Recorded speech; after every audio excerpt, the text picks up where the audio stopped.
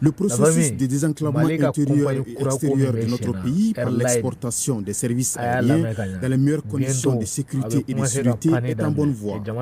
La nouvelle compagnie nationale Mali Airlines SA, créée en août 2024 par les plusieurs autorités, est à pied d'œuvre et vient de tenir la toute première session de son conseil d'administration. Les plus hautes autorités de la transition, sous le leadership de son Excellence, le général d'armée Assimi Goïta, ont, par ordonnance du 13 août 2024, créé la compagnie aérienne nationale Mali Airlines SA.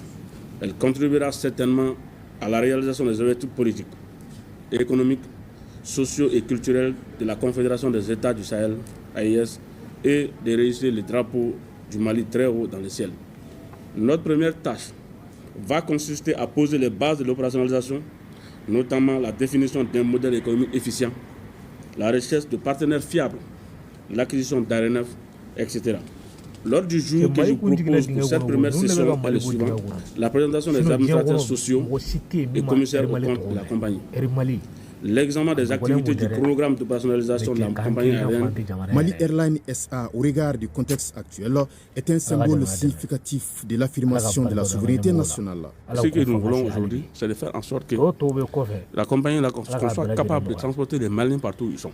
Et c'est les instructions que nous avons reçues des hautes autorités en tant que PCA et en tant que membre du conseil d'administration. Nous allons vraiment accompagner ces efforts-là pour que les premiers avions soient vus rapidement dans les cieux du Mali et dans les cieux internationaux. Grâce à l'engagement des plus hautes autorités, bientôt les couleurs nationales voleront dans le ciel selon les responsables, car les jalons sont déjà posés. Dans l'aviation, le processus d'opérationnalisation d'une compagnie aérienne prend du temps.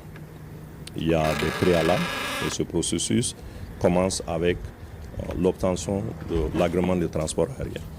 Ensuite, il y a l'étape de l'obtention du permis d'exploitation aérienne. Et il y a un plan d'affaires initial qui a été élaboré et c'est sur cette base qu'on a fait un chronogramme d'opérationnalisation. C'est un processus et au moment opportun, nous allons communiquer la date du premier vol inaugural. Avec comme slogan « Relier les peuples, rapprocher les horizons », la nouvelle compagnie nationale entend permettre au Mali de reprendre sa place dans le secteur du transport aérien en Afrique.